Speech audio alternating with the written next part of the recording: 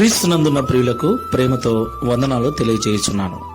November నెల 2వ తేదీ 2025. ఈరోజు దేవుడు మనకు చేస్తున్న వాగ్దానం ఏమిటనగా యెషయా గ్రంథము 41వ అధ్యాయము 11వ వచనం. నీ మీద కోపపడిన వారందరూ సిగ్గుపడి విస్మయమొందుదురు, నీతో వాదించువారు మాయమై నశించిపోవుదురు. ఆమేన్. నా ప్రియమైన సహోదరి సహోదరులారా, ఈ లోకంలో యేసుక్రీస్తు ప్రభుల వారి కాలము నుండి నేటి వరకు క్రైస్తవులకు వ్యతిరేకంగా వాదించేవారు, క్రైస్తవుల మీద అనవసరంగా కోపపడేవారు, క్రైస్తవులను నిందించేవారు, క్రైస్తవులను కొట్టి అవసరమైతే చంపే దుర్మార్గపు మనసు కలిగిన వారు చాలా మంది ఉన్నారు. అవును ప్రియులారా, కొన్నిసార్లు మన ఇంట్లో వారే మనకు వ్యతిరేకంగా కోపపడుతూ ఉంటారు.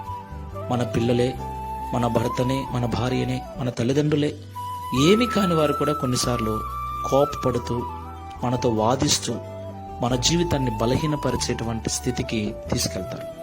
అవును ప్రియులారా, అయితే దేవుడు మనతో ఉన్నాడు కాబట్టి వారు కోపపడినప్పుడు, వారు వాదించినప్పుడు తిరిగి వారితో వాదించకుండా, వారి మీద తిరిగి కోపపడకుండా, వారి మీద ఎలాంటి ద్వేషాన్ని పెట్టుకోకుండా వారి కొరకు మనం ప్రార్థన చేసినట్లయితే ఒకరోజు మన మీద కోపపడిన వారు సిగ్గుపడే విధంగా దేవుడు మనల్ని ఆశీర్వదిస్తాడు. మనతో వాదించేవారు మన ఎదురుగ్గా నిలబడటానికి భయపడేటట్లుగా, మన నుండి పారిపోయేటట్లుగా దేవుడు మన జీవితాన్ని ఉన్నత స్థితికి తీసుకెళ్తాడు.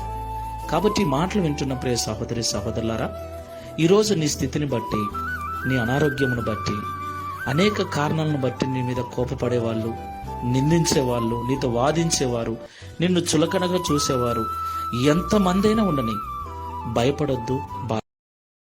Download ShareChat.